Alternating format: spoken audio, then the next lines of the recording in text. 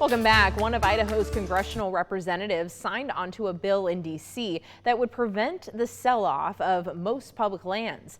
Jude Binkley with our Boise sister station shares why some groups say it would be a win for one of the largest gems of the gem state. With public lands making up about 63% of Idaho, supporters say this bill helps ensure treasured spaces remain accessible for generations to come. From mountain trails to pristine rivers, Idaho's identity is woven into its vast public landscapes. When we look at the West, it's kind of a uniting factor for everyone.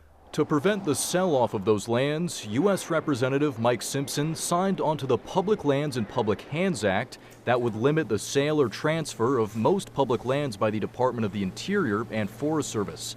Any public land that would be sold under the bill's exceptions would require congressional approval. Across the state, this is something that everyone cares about. It's something that everyone values. Conservation Voters for Idaho Program Director Ryan McGoldrick says about 63% of Idaho is made up of public lands, and a bill like this would help make sure those lands are protected and passed down to future generations. We're really thankful that Representative Simpson listened to his constituents. We know that he cares about public lands. He's been a leader on issues like protecting salmon populations, protecting our public lands, and he really listened to voters on this issue. In a statement about the bill, Representative Simpson said in part, "Public lands were set aside for public use, and we have a responsibility to ensure that future generations will be able to enjoy the same benefits we sometimes take for granted today."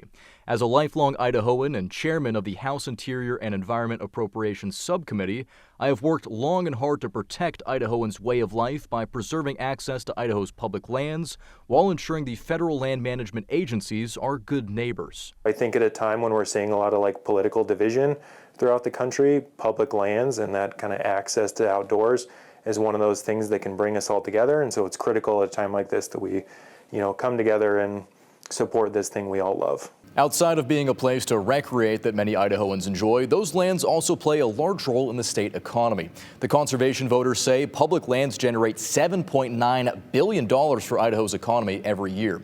This bill has received bipartisan support, also being sponsored by a Republican representative from Montana and a Democratic representative from New Mexico. Jude Binkley, Idaho's News Channel 7.